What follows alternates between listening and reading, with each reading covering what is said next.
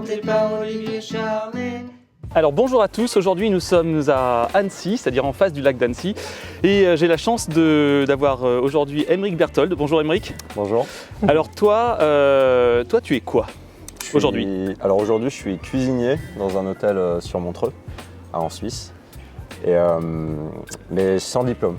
Donc j'ai pas fait l'école hôtelière, j'ai vraiment appris de fil en aiguille sur le tas.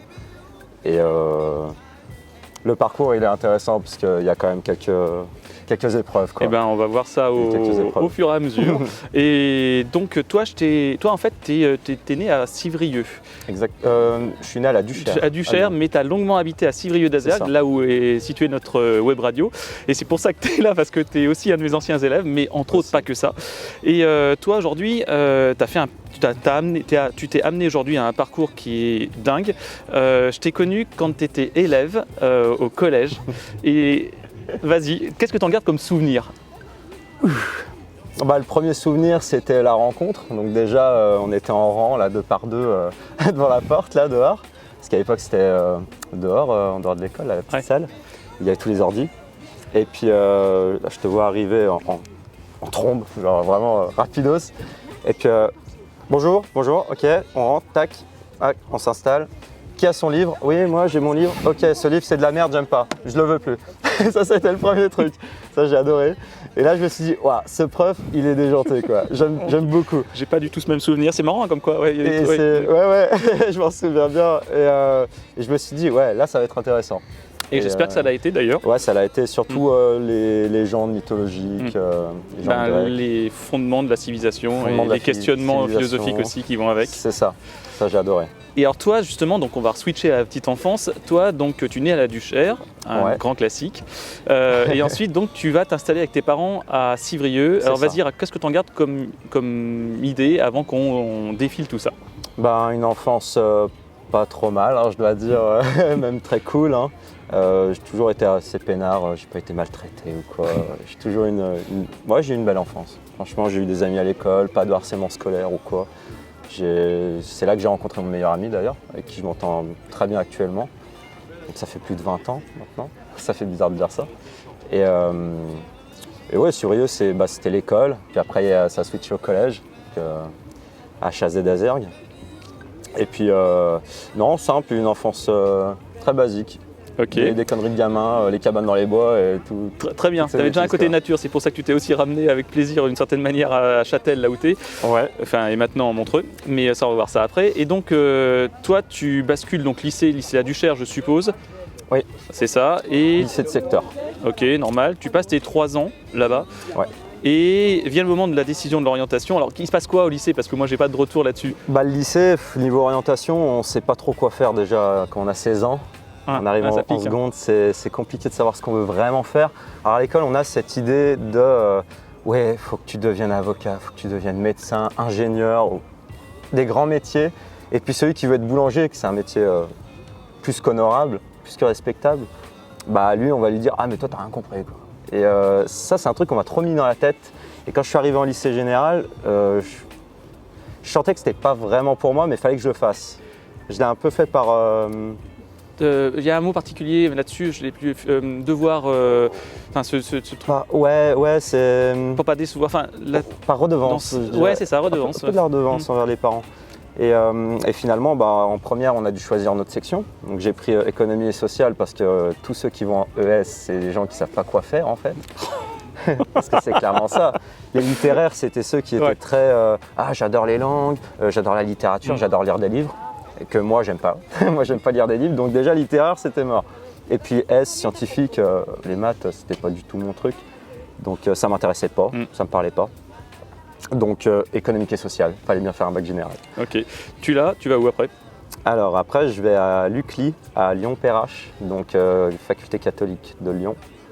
C'est marrant, je te vois pas forcément à l'UCLI, naturellement connaissant ton tempérament. Ouais, il y a 2-3 fois où ça a pété un petit peu là-bas. Notamment à la cafétéria, je me souviens, avec un élève. Raconte. En 3e année, et puis moi j'étais en première, et j'avais que 20 minutes pour manger. Et je lui dis dans la file d'attente, excuse-moi, est-ce que je peux passer devant toi parce que j'ai vraiment pas le temps. Et il me dit non, tu fais la queue comme tout le monde, tu dégages. Enfin vraiment, il m'a mal parlé. Et là, je suis un peu parti en vrille, quoi. Puis j'ai pris le tabouret, je l'ai menacé avec. Ça, c'est les petits tabourets de cafétéria. Bref, et puis après, la gérante de promo qui appelle mes parents. Oui, Madame Berthold, votre fils, il a encore fait ça. C'était... Est-ce que tu as remarqué le encore? Ouais, des fois je venais pas en cours, des fois... ouais, c'était ma mère en fait qui m'avait vraiment inscrit là. Et c'était droit? C'était le droit, enfin le droit? C'était le droit, ouais. Fac de droit. Mais tu as quand même appris des choses? Plein de choses. Plein de choses. Surtout le droit international, c'est ce qui me plaisait vraiment le plus. Ça, c'est quelque chose, je sais pas pourquoi, j'adore le droit international et je m'y intéresse encore. Et puis, ouais, c'était une belle expérience. Il n'y a pas de mauvaise expérience. Non, t'apprends. T'apprends. Mais au final, bon, droit civil, machin, droit constitutionnel, ça c'était des trucs, c'était trop barbant pour moi en fait. Je rentrais chez moi, je passais 9 heures à la fac à noter. Puis quand tu rentres chez toi, t'as pas du tout envie d'ouvrir tes classeurs en fait. Tu rentres chez toi, tu veux être libre, quoi. Et c'est ça que j'aime maintenant dans mon travail, c'est que quand je rentre chez moi, je suis libre. Je fais pas apprendre mes recettes parce que je les connais déjà. Je fais pas apprendre. Alors j'apprends toujours en cuisine, mais sur place. Ok. J'apprends sur place, je révise pas. Non, c'est bien, le côté pratique, c'est hyper important. Et toi, donc tu te fais ton année, enfin, tu essaies de faire ton année, parce que vient le moment, alors tes parents, entre-temps, vas-y, alors il y a cet épisode-là où ils migrent en Suisse et qui ça permet d'être seul. C'est ça. C'est ça. Alors il y a eu ça. Il y a eu le fait que mes parents sont partis, donc ils m'ont dit voilà, tu vas à la fac, et puis nous, on est mutés sur Montaix, donc en Suisse, dans le Valais. Et donc ils ont déménagé sur Châtel, côté France, pour être frontalier, pas mal le bon plan. Et donc j'avais la maison tout seul, avec ma grande sœur, Fanny. Fanny, qu'on salue bien. Et puis, et donc c'était un peu, pas n'importe quoi, parce qu'on entretenait bien la maison quand même. Mais on invitait souvent des copains pour boire des canons ou des trucs comme ça. Mais après, ouais, j'avais trop cette liberté, genre si je vais pas en cours, mes parents le voient pas. Forcément, ils sont loin. Donc j'avais pas ce cadre, j'avais pas un encadrement. C'est dur de récupérer sa propre liberté. Je pense que c'est le travail le plus difficile à un moment, quand on n'a pas les contraintes et qu'on se les fixe nous-mêmes. Clairement. Et là, je les ai prises il n'y a pas longtemps, mes libertés, justement. Et ça fait bizarre. J'en ai limite fait une dépression. Hein, oui, je peux comprendre. C'est difficile. Ouais, c'était dur. Hein. Ça a été très dur. Et puis surtout en Suisse. Quand j'ai déménagé en Suisse, c'est d'autres lois, d'autres formalités. Tu te ramènes avec ta voiture, il faut la déclarer à la douane. Enfin, que des trucs super... c'est lourd. C'est lourd. Quand tu as 25 ans, que tu dois faire tout ça tout seul. En plus, je me suis marié. Je me suis marié entre deux. Donc, il y a aussi les obligations d'un mari. Et chose que mes parents n'étaient pas d'accord. Ils n'étaient pas d'accord pour que je me marie. C'est pour ça que je me suis marié avant de leur dire. Voilà, j'ai rien fait de normal en fait.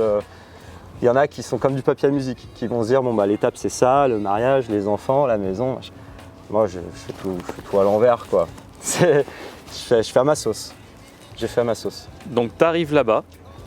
T'arrives là-bas, c'est-à-dire que ça se passe mal la fac du client à un moment, c'est-à-dire que tu n'y vas plus, ça te gave, tu dis qu'est-ce que tu vas faire à un moment, comment ça se passe, et c'est ce moment-là où tes parents, si j'ai bien saisi, te récupèrent et te disent tu retournes à la maison. C'était toujours cette contrainte, toujours les parents qui décident.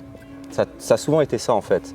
Et mes parents, ils ont toujours voulu le meilleur pour moi, mais il y a toujours eu cette contrainte, genre si je ne vais pas à la fac, ben faut que je fasse quelque chose.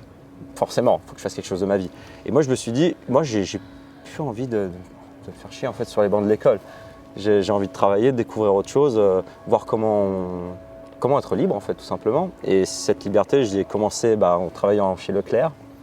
Donc, à Civrieux, le grand classique où tout le monde passe.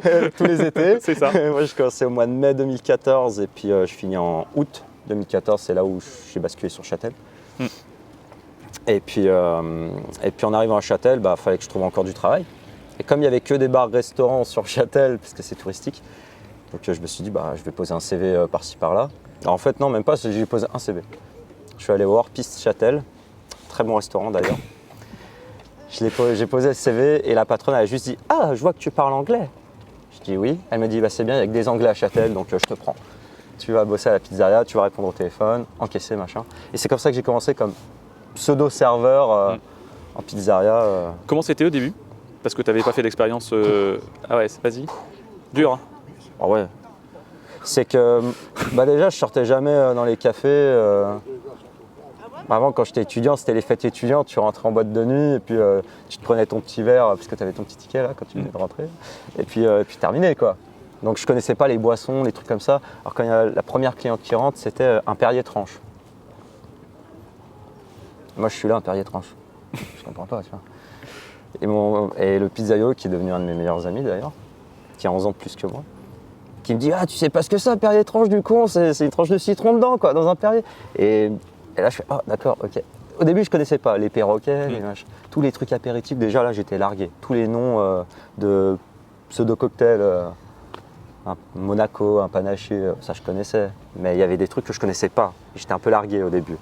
Répondre au téléphone, encaisser, machin, toutes ces choses-là, j'ai dû l'assimiler petit à petit, mais je m'en suis quand même bien sorti parce que j'avais un bon formateur.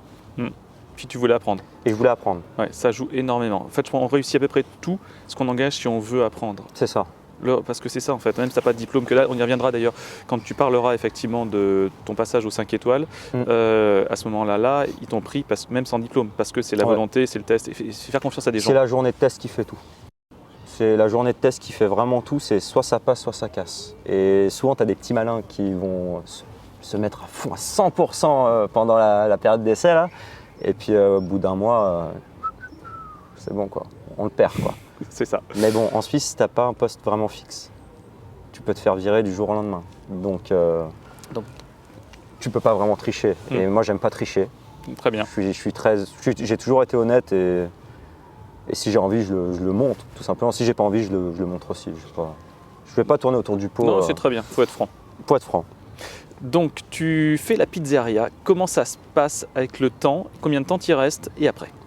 Alors j'y suis resté 2 saisons, une d'hiver et une d'été. Et après les patrons ils partent. Parce que mon patron était gallois, qui était marié avec la patronne. Et donc ils ont déménagé et le restaurant il a été racheté par un couple d'Anglais de Londres.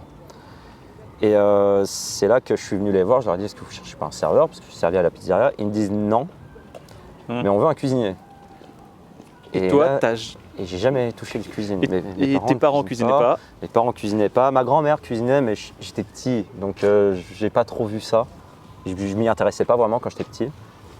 Donc il y a eu ce côté, ouais, c'est un peu le noir complet, c'est flou, mais il faut que j'y aille.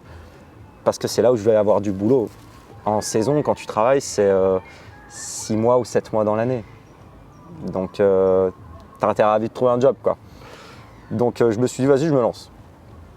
Et le chef, il me dit, c'est que du fait maison, fait simple, c'est snack, c'est burger, wrap, salade, tout maison. Que du frais, pas de congélateur. Il n'y avait pas un congélo dans la... T'as aucun outil? Aucun outil. Je suis arrivé comme ça, mais genre en touriste, à poil quoi. Et ils m'ont juste acheté les tenues de cuisine. Ils m'ont fourni les tenues de cuisine, les tabliers. Et je me souviens, c'était les vieilles vestes de cuisine à boutons qui clipsent comme ça, là. C'était une horreur. C'était trop moche. Et voilà, j'ai commencé comme ça avec des vieux couteaux pas aiguisés, pas affûtés, des couteaux qui coupaient pas. T'as quel âge et c'est en quelle année? Là, j'ai 19 ans à la pizzeria, 20 ans. 20 ans, 2018 2015, hiver 2015, 2016. 2016, ok. Ouais. Et après, j'ai fait la cuisine avec eux pendant 2 années. Comment ça s'est passé? T'as appris rapidement? Ça s'est passé comment là? T'as aimé? Ouais, franchement, ouais. C'était super intéressant. Et puis, c'était quelqu'un qui cuisinait beaucoup cuisine du monde. Il n'était pas traditionnel. Donc, il n'y avait pas des fondus à faire ou des raclettes. Ça, c'est un peu barbant. Parce que tu fais fondre du fromage, terminé. Mais lui, c'était vraiment dans les épices. Il avait quelque chose il aimait faire découvrir. Il adorait ça. Et c'était quelqu'un qui sortait d'un étoilé Michelin, déjà de base. Donc c'est très bien, très bon formateur. Il avait une super bonne formation et il était très, très calme, même trop calme. C'était un calme de mort en cuisine. Il était très froid, mais avec beaucoup d'humour. Hein. Oui. L'humour à l'anglaise, tu vois. Je vois tout à fait. Mais très, très froid. Et première fois que je l'ai vu, je me suis dit, ouf, il faut pas l'embêter, quoi. C'est un vrai chef, quoi. Ça fait un peu un Etchebest à l'anglaise. Ouais, C'était un peu un gars comme ça. Et non, franchement, je me suis éclaté. C'était génial. C'était génial. Ok, tu termines quand avec lui? J'ai terminé, 2000, j'ai fait saison d'hiver. Je fais à peu près 3 saisons, je crois. 2 d'hiver et 1 d'été. Ok. Et après l'été, j'ai fait le bar. Ah, j'allais te poser la question, il n'y a pas un moment où tu es barman? Ouais, c'est ça. Ouais. Parce qu'en cuisine, on faisait beaucoup d'heures. C'était en coupé, donc 9h le matin. Et puis ça pouvait être tiré jusqu'à 15, 16 heures. Puis tu revenais à 18. Bon, ça allait, j'habitais à côté. Donc ça allait encore pour faire une sieste. Mais après, revenir le soir et puis finir à 23h, 23h30, tout dépendait de la clientèle, quoi. Ça arrivait qu'il y en a un, il venait fêter son anniversaire à 12 personnes à 22h, alors qu'on fermait à 22h. Tu prenais quand même? Bah, Parce que c'est le commerce. C'est des sous. Bah oui. C'est des sous qui rentrent. Et puis après, comme c'est des Anglais, ils te lâchaient 50 € de pourboire. C'était énorme, les pourboires qu'on prenait. Parce que moi, j'étais au SMIC, donc 1002. Ça pique. Donc à 80 heures semaine, j'essaie de le dire en français, je me concentre. Parce que maintenant, tu as pris la mentalité suisse. Maintenant, c'est 70, 80, 90. Tu me dis Valais en Suisse? Ah, le Valais. Tu le fais très bien. C'est le Valais. C'est le Valais. Ouais, donc tu chiffres sur des horaires de cuisine. C'est d'ailleurs pour ça que ça pose et ça a posé autant de problèmes d'ailleurs pour recruter du monde. Bah ouais, carrément. Même actuellement, c'est super dur. Mais encore là, on est bien au Plaza. Mais ça, on va y venir. On va y venir. On va y venir. Donc là-dessus, tu termines ta pizzeria. Enfin, tu passes au barman. Ouais. Tu y restes combien de temps? J'y reste 1 mois et demi. T'as bien une autre anecdote? Si. Si, c'est que quand je travaillais, alors j'ouvrais le bar, je le refermais, donc à 3h le matin après le ménage. Et puis mon verre de débauche, c'était à la boîte de nuit à côté, avec tous les clients que je venais de servir. Donc je payais rien, parce que forcément ils me payaient tout. Ça c'était chouette, hein. Mais par contre, tu dors jamais la nuit, tu dors que le jour, donc tu prends jamais le soleil. Tu es toujours un peu malade. Ouais. Tu as toujours ce rythme de la nuit que je vois très bien où tu as cette grisant. C'est ça, ouais. C'est grisant. Et à un moment, j'ai pété un plomb, parce qu'en fait, il y avait une caméra dans le bar, mais soi-disant pour notre sécurité, mais en fait, le patron avait sur le téléphone l'application pour la caméra. Et donc, il regardait depuis chez lui, qui habitait à 2 pâtés de maison du bar. Il regardait et puis il disait par message, non, il faut que tu fasses ci, non, il faut que tu fasses ça. Si tu n'as pas confiance, gère-toi ton bar, c'est toi le patron. Sois toi dans ton bar. Et ça, c'est un truc que j'ai pas trop aimé. Donc, je lui ai répondu ça. Et quand tout le monde est parti, il m'a dit entre 4 yeux, écoute, la prochaine fois que tu parles comme ça, je te vire. Ça t'a pas plu? Non. Je me suis même bloqué le dos sur le moment tellement je me suis... Ouais, parce que je suis calme, hein, mais si je brille, je peux vite tout casser. Donc je me suis bloqué le dos pour pas tout casser, on va dire. C'était un peu un réflexe du corps en fait, qui m'empêchait de faire des bêtises. Et puis je lui ai donné la clé, je lui ai dit tiens, j'étais comme ça, je lui ai dit bah tiens, t'ouvriras ton bar demain. Puis il m'a rendu la clé, il m'a dit écoute, prends la nuit pour réfléchir, la nuit porte conseil. T'as pris la nuit? Donc j'ai pris la nuit pour réfléchir, parce que je suis pas quelqu'un de buté non plus. Donc, et plus je réfléchissais, plus ça m'énervait en fait. Donc en même temps, t'es pas d'accord, t'as ta colère, donc c'est non. Donc le lendemain, la clé, tiens, merci, au revoir, c'était début février, vacances scolaires. Donc, le plein rush en station. Voilà. Donc là, j'ai fait. Bah, là, j'étais en vacances en février, du coup. Pour une fois, en tant que saisonnier, c'est hyper rare. Ah, c'était énorme. Je me suis bien amusé. Donc, après, j'ai un copain qui avait travaillé dans un hôtel assez EP sur Châtel, Fleur de Neige, hôtel 3 étoiles, même supérieur, je dirais, parce qu'il fait limite de la gastronomie, de la bonne gastronomie en restaurant. Et un copain qui avait bossé là-bas, il m'envoie un message, il me dit écoute, appelle-le si tu cherches du boulot. Lui, il cherche un cuistot. Je lui dis ok, pas de problème. Je l'appelle, il me dit ok, t'es là vendredi? Je lui dis oui, je viens de vendredi matin. Et là, je découvre une cuisine, genre, j'ai pas l'habitude de ces cuisines-là. Moi, j'ai toujours travaillé dans une cuisine de snack toute petite. Hein. La cuisine, elle faisait 15 mètres carrés peut-être. C'est énorme. Et en plus, toi, t'avais pas ton matos au début, tu l'as acheté au fur et à mesure. Au fur et à mesure. Avant de venir chez lui, j'ai acheté juste un couteau d'office, un éminceur et puis un truc pour éplucher, quoi, un castor, quoi. Basta. C'est tout. Et là, tu arrives. J'avais rien. Et là, j'arrive, je vois la cuisine comme ça, tout le matériel que je connais pas, du vrai matériel de cuisine, quoi. Et là, je me dis, waouh. Il me dit, ça te plaît? Je dis, ah ouais, mais il faudra que tu m'apprennes tout ça, quoi. Parce qu'il y avait un poste de travail central avec les planchas, les gaz, salamandres, tout ça. Un bain-marie. J'ai jamais travaillé avec un bain-marie. Donc c'était super chouette. Premier service, vendredi midi, sans couvert. Oh. Sans couvert. Vous étiez combien en cuisine? Le chef alors il y avait le chef qui faisait les viandes, moi j'étais aux garnitures, et un gars au froid, et un pâtissier, on était 4. Waouh, waouh, waouh. Ouais. Ça a dû piquer au début. Et un plongeur, ouais. Ah, au début, ouais, ça a été violent. Mais genre vraiment violent. Et puis le chef, il est très speed, quoi. Il prend pas de drogue ou quoi, hein. Mais, Ouais, mais c'est... ouais. il est vraiment speed. Quand il parle, tu l'entends pas parler, parce qu'il est pressé de parler, de dire les choses, tellement il est pressé. Déjà, c'est un environnement comme ça. Et là, je me dis, ouais, là, c'est dingue, c'est une dinguerie.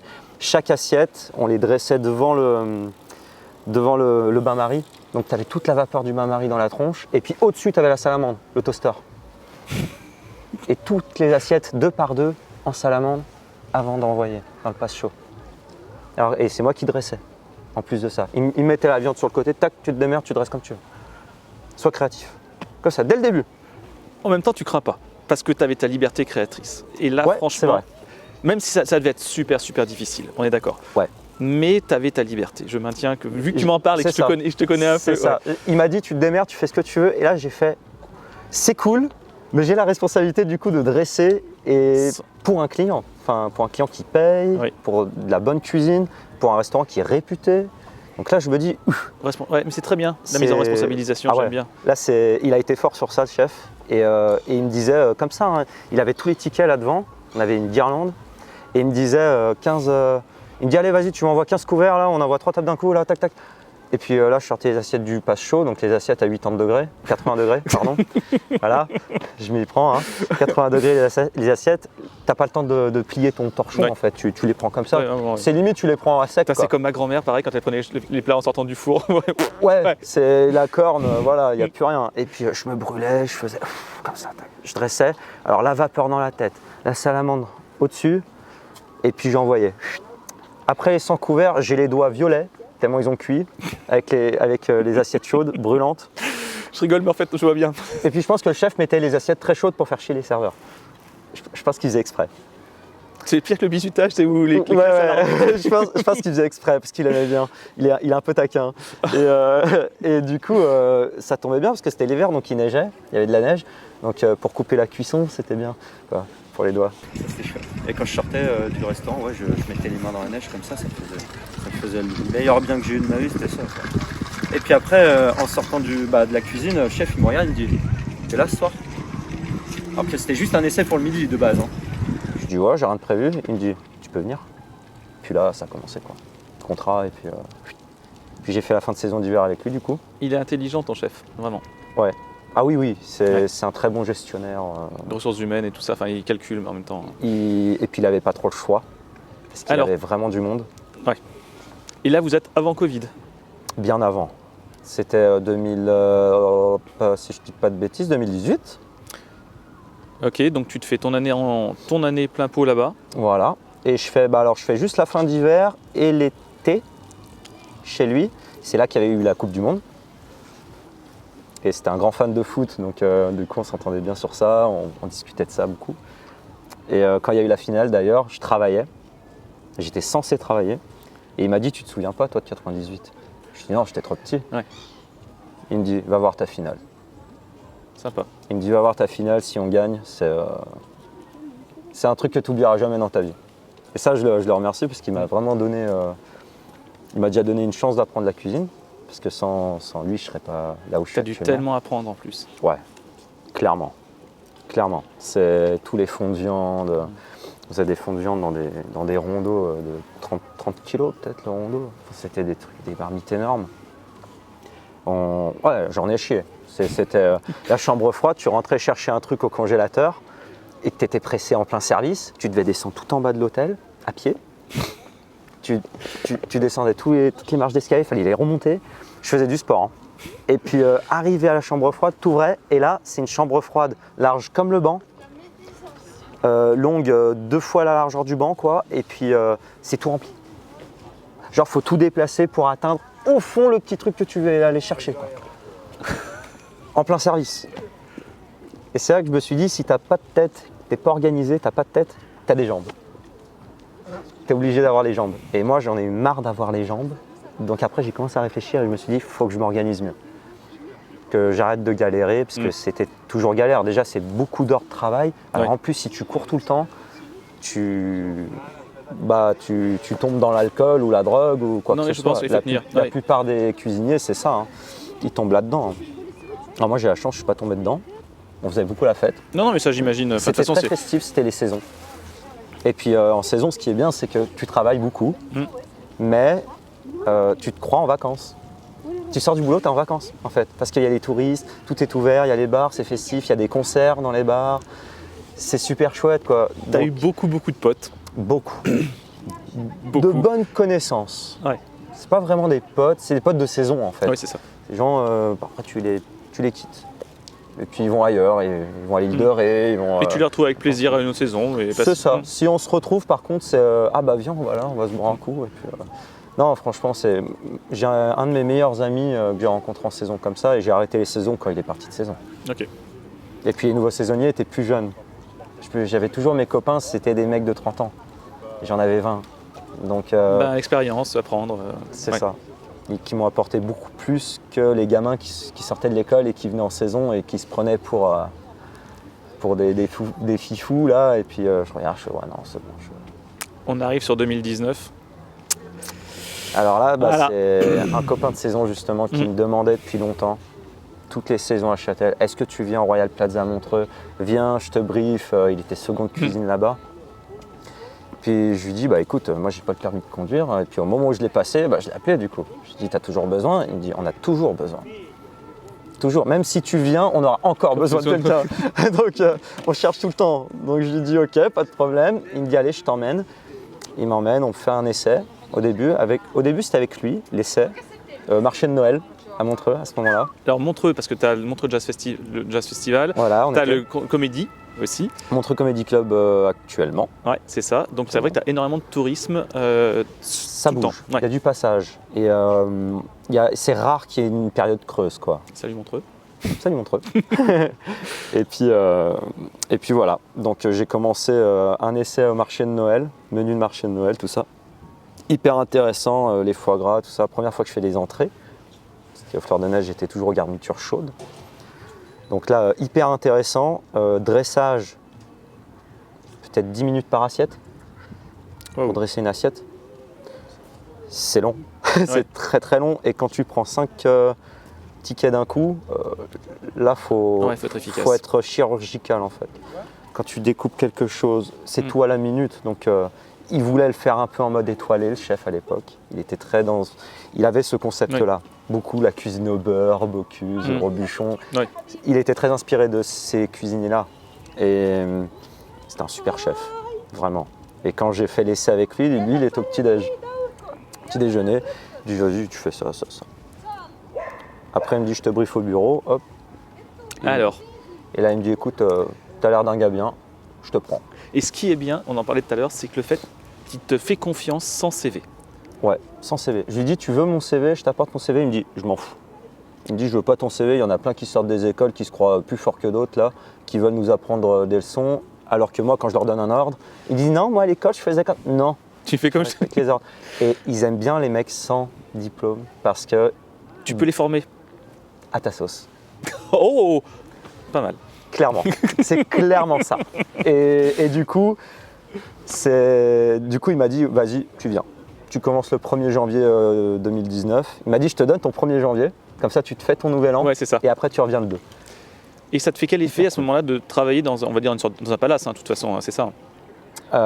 Ouais, c'est un peu. Ouais, c'est. Alors en Suisse, le palace, c'est avec la pierre d'origine. Bâtiment historique. Donc nous, on n'est pas palace. Oh. Mais on est hôtel 5 étoiles quand même. J'adore. Voilà. Donc, alors, ça te fait quel effet à ce moment-là quand tu sais que tu vas travailler là-dedans? Stress, énorme. Premier jour, j'ai vomi. Ouais, je comprends. mais j'étais pas bien. Alors je pense que j'ai dû manger quelque chose pas net.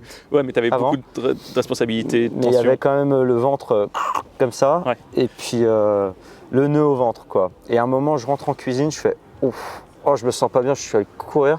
Sortie de cuisine, tu as le parking souterrain, et au parking souterrain, il y a une toute petite poubelle à droite, là, en sortant. Celle-là, la ramasser. Direct. Après, je suis revenu, j'ai fait ouh, ça va mieux. Et c'est parti, quoi.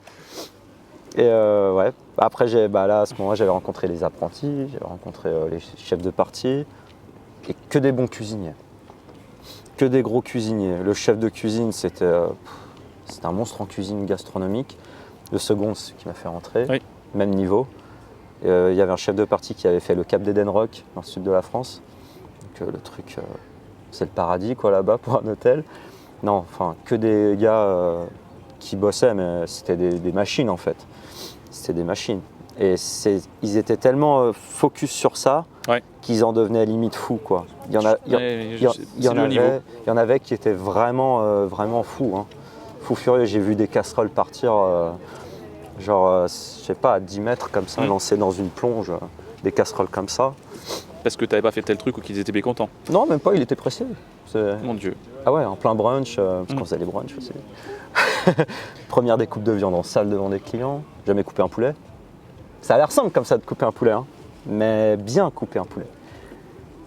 Avec chic, c'est compliqué. Comment ça se passe, d'ailleurs ça me fait penser, comment ça se passe aujourd'hui par rapport à l'évolution culinaire, c'est-à-dire à l'urgence climatique, par rapport au monde du végétalisme et tout ça? Est-ce que vous avez une approche là-dessus ou pas? Ouais, on a une approche là-dessus, c'est qu'on essaye de faire vraiment un minimum de gaspillage déjà, Ça, c'est top. gaspillage alimentaire. Un très bon cuisinier, normalement, Il en fait gaspille pas. quasiment pas, ouais, c'est ça. Et souvent dans les étoilés, parce qu'il y en avait plein des étoilés qui ont fait des étoilés dans l'équipe, ils me disaient, des fois, une fois par semaine, tu sais pas quand ça tombe, c'est contrôle surprise des poubelles. Donc, Excellent. le chef, il fouille les poubelles, et quand il retrouve un truc, ça devait péter, je pense. Et j'ai toujours pensé à ça, et jamais gaspiller. Jamais. Une épluchure de carottes ou quoi, faut pas gaspiller. Ça peut toujours servir pour un fond de viande, pour n'importe quoi. Donc il y a ça. Après, c'est un peu une aberration, l'hôtellerie, au niveau de l'écologie, parce qu'un hôtel est toujours éclairé. Oui, je sais. Il y a toujours un peu d'éclairage, même la nuit. Il y a le problème de, comment dire, l'eau, la plonge, Oui, mais alors, décongeler quelque chose. L'eau, elle coule tout le temps. Donc on laisse couler l'eau pour décongeler un produit. alors les choses ont évolué, je pense qu'avec le temps on trouvera des moyens techniques pour décongeler sans cette déperdition d'eau, parce que ça viendra de toute façon, Ça viendra. parce qu'on peut plus se permettre aujourd'hui effectivement, même au niveau des coûts, et surtout l'eau qui devient une matière maintenant rare. Donc ça. les choses vont changer dans les années à venir, j'en suis à peu près conscient, s'ils veulent survivre. Tous, hein, que ce soit les étoilés ou pas les étoilés, Ouais. parce qu'ils vont être confrontés à un moment, même s'ils gagnent beaucoup d'argent, à mon avis, à une question de rentabilité. Ah ben il y a ça, ouais. Le fait de juste d'ouvrir l'hôtel, ils sont pas gagnants. Le fait de juste, quand j'arrive le matin, que j'éclaire la cuisine, je coûte déjà peut-être 5000 balles, direct, en appuyant sur les boutons. Parce qu'il y a l'énergie, il y a la main d'œuvre, il y a tellement de choses. Mais c'est énorme. C'est énorme ce que l'hôtel doit fournir. Je n'ai pas les chiffres, mais ça doit être énorme quand j'y repense. Et c'est pour ça qu'on veut travailler, parce que c'est notre gagne-pain en fait. Et c'est vrai que la Suisse, comme l'Allemagne, vous avez toujours une politique verte qui est beaucoup plus en avance qu'en France. Et je vois bien, parce qu'il y a plein d'expérimentations. Mais il n'y a pas la mentalité. Parce que les gens ils vont dire oui, je suis vegan, je pense à l'écologie, tout ça. Mais le mec, tu le vois dans le parking souterrain, il sort sa Ferrari. C'est un peu. Comment dire ? C'est pas vrai, enfin, c'est faux. Disons qu'il faudrait être raccord sur toute la ligne. C'est ça. Ça va se faire. C'est un peu paradoxal, du coup. Mais en Suisse, oui, après on a le tri. Pareil, ils veulent qu'on fasse le tri. Mais les appartements là-bas sont très chers. C'est-à-dire qu'un studio, tu payes 1200 balles par mois.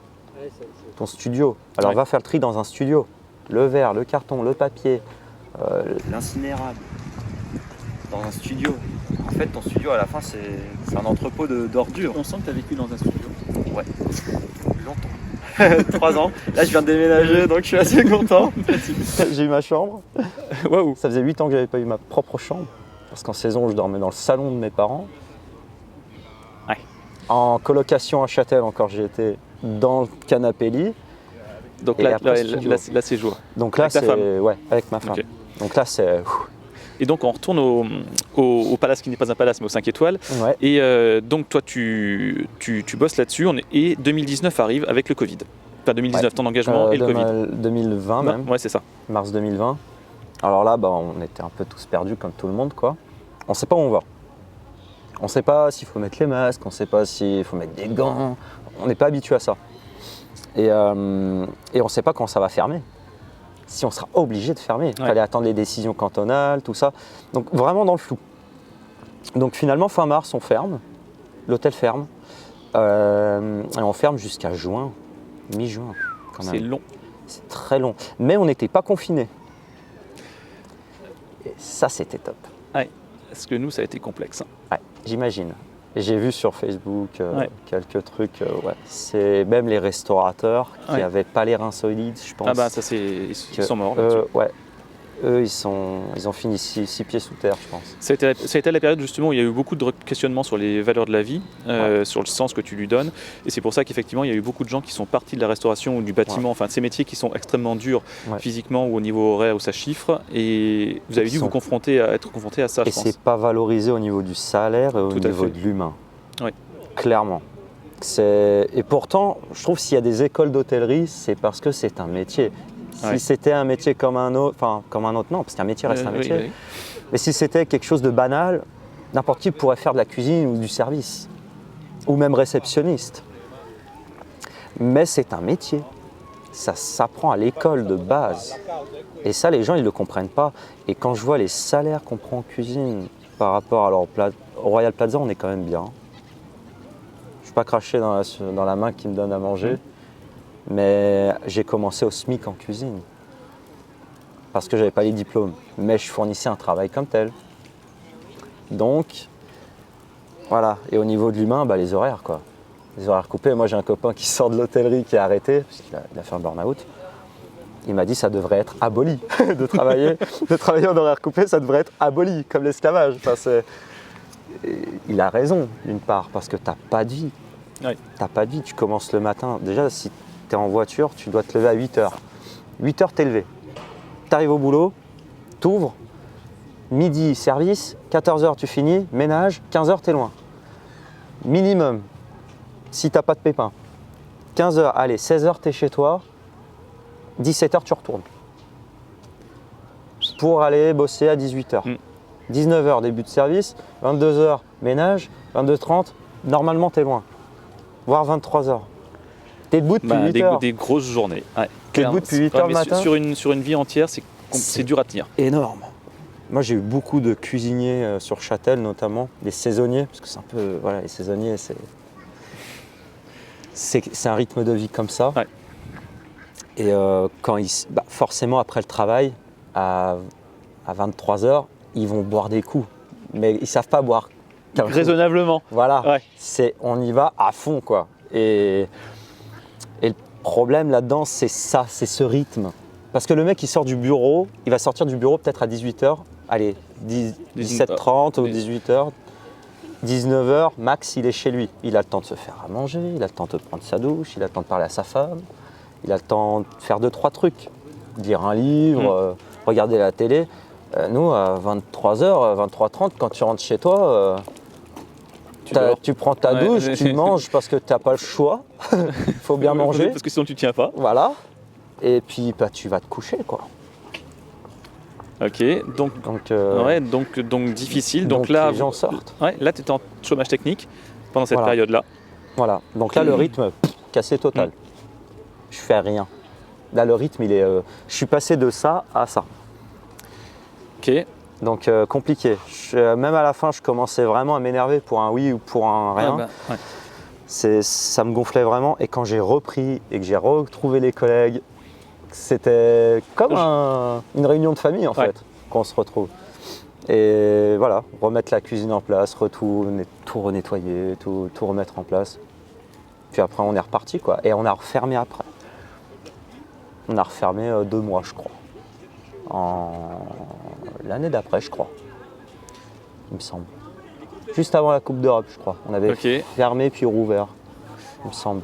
Et après, donc là, c'est reparti. Ouais. Et vous avez quel public? Alors, le public, Oui, c'est quelle clientèle? Ouais. Alors, beaucoup le Montreux Comedy Club, là, en ce moment, on a eu... ils vont beaucoup au Montreux Palace. Hein. Ils vont beaucoup en face parce que c'est le Palace. Mais sinon, on a quand même eu quelques comédiens comme Artus, comme quelques comédiens que je connais même pas d'ailleurs, parce que je m'y intéresse même pas. Et on me dit, ouais, il y a lui qui est là et tout, regarde. Voilà. On a eu Ruff, Ok. le rappeur, Ruff.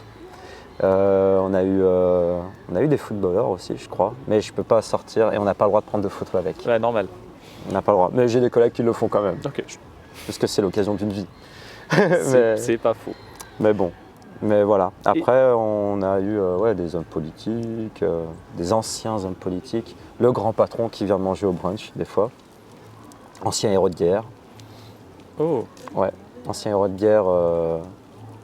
Son père avait été déporté pendant la Seconde Guerre mondiale et il s'est réfugié en Angleterre. Et puis il est rentré dans la Royal Air Force où il a fait plusieurs missions. Donc ouais, un sacré vécu aussi. Ça aurait été un bon parcours de vie. Ça aurait été un bon parcours de vie pour toi, je pense. Maintenant, il est trop vieux, malheureusement. Il a 102 ans en février, je crois. Waouh. Donc, ouais. Et toi, alors tu dois bien avoir une ou deux anecdotes sur toutes ces personnalités. Pas tant que ça. Pas tant que ça. J'ai croisé Ruff quand il sortait des toilettes, quoi. Mais bon, voilà. Non, Ça, c'est pas vraiment une anecdote. Fou. C'est pas ouf. Mais sinon, non, j'en ai pas trop. C'est assez la routine, en fait. C'est assez routinier. Ça te plaît toujours? Oui. Oui, parce que maintenant, on a un chef qui est très humain aussi. Parce qu'entre deux, on a changé de chef. Ok. Moi, j'ai connu, en bientôt 4 ans que je suis là-bas, j'ai connu 4 chefs. Donc, ça va vite.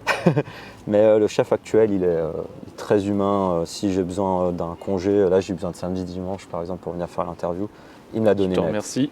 Il me l'a donné Merci cash. beaucoup, clairement. Merci, chef. Ok. Et toi, donc, je pense que maintenant, tu es parti sur vivre en Suisse, quoi. Clairement, Oui, je pense que. Je suis implanté. Ouais. Tu as la double nationalité ou pas encore? Pas encore, faut attendre. Tu passeras ton petit examen? Oui, je pense. Il faut apprendre l'histoire de la Suisse, tout ça. Et très bien, mais parce que il faudra que ça t'intéresse. Sachant que les Suisses apprennent que l'histoire de France. Et tu parles plusieurs langues pour communiquer avec tout ce petit monde? Français-anglais. Ok, ça se passe pas mal. J'aimerais bien apprendre l'allemand, le suisse-allemand. J'ai mon ami justement qui a quitté la restauration qui parle couramment l'allemand. Ça peut être intéressant. Et tes projets pour les années à venir?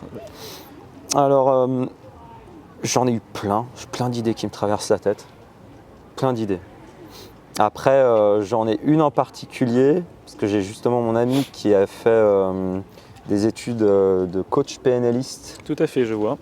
Donc PNL, c'est programmation neurolinguistique. Exactement. Et c'est effectivement comment aiguiller les gens, comment les faire travailler sur eux-mêmes en les écoutant, en leur proposant des solutions. Ce serait un beau parcours de vie à avoir aussi, je pense. On en reparlera. Très intéressant. Et je me suis rendu compte que j'avais un peu un talent d'audition, d'élocution plutôt. Éloquence?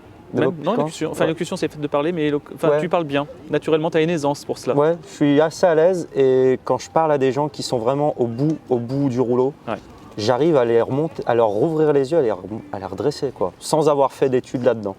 Ça, j'ai remarqué plein de situations, des collègues de travail, mon ami qui est coach PNL, c'est moi qui l'ai coaché sans faire exprès. Dans un bar et il m'a dit ouah, la claque que tu m'as mis, quoi. Et il m'a dit j'aimerais bien m'associer avec toi parce que tu as quand même ce truc, faut que je te montre quand même 2-3 bricoles. Comment faire vraiment une bonne réunion. Mais tu t'intéresses aux gens aussi. C'est ça. Je m'intéresse beaucoup, j'analyse beaucoup depuis tout petit. Malgré que j'ai parlé qu'à l'âge de 4 ans. Ça, on s'en tape. Ça, on s'en fout. Einstein, il a mis 7 ans. Donc, ok, t'as de la marge, c'est ça que c'est. Voilà, je suis large encore. mais voilà, ça peut être intéressant, je pense. Aider les gens, déjà. Et donner déjà du bonheur, en fait, aux gens. Parce que ce qu'il y a de plus précieux, je pense, c'est déjà la santé et le bonheur de chacun. Oui. Je pense qu'il n'y a rien d'autre de plus précieux. Tant que tu es heureux, c'est bon. Moi, je suis en cuisine, j'ai ma petite femme, j'ai mon appart. Je suis très heureux comme ça, même si mon job, c'est pas non plus le plus, Ouais, mais il y a un le côté, plus confortable. mais il y a un côté, enfin, un créatif défi qui te déplaît pas quand même. C'est ça. C'est ça. Dans ton truc. Et puis, il y a eu beaucoup trop de défis dans ce métier et j'aimerais faire des défis peut-être ailleurs. Ok, ça j'entends Peut-être. tout à fait. Et Mais- qu'est-ce que tu dirais à propos justement des défis pour tous ceux qui veulent, ça c'est ma grande question pour à chaque émission en fait, qu'est-ce que tu leur dirais pour ceux qui veulent se lancer dans ce que tu as fait, c'est-à-dire La restauration. ouais, avec ou sans diplôme d'ailleurs, parce que toi tu as un côté autodidacte là-dessus, Mm. parce que tu as eu la chance qu'on te fasse confiance et qu'on t'ouvre des Ouais. portes, mais J'ai ouais, beaucoup de chance. qu'est-ce que sur ça. comment tu leur conseillerais d'agir en fait? Alors, ne pas répondre. Alors il faut dire répondre. Répondre, ouais, Ouais. ne pas trop se confronter à la hiérarchie. Parce qu'un chef, c'est l'armée en fait, hein, la cuisine. C'est que tu as ton uniforme qui doit être repassé.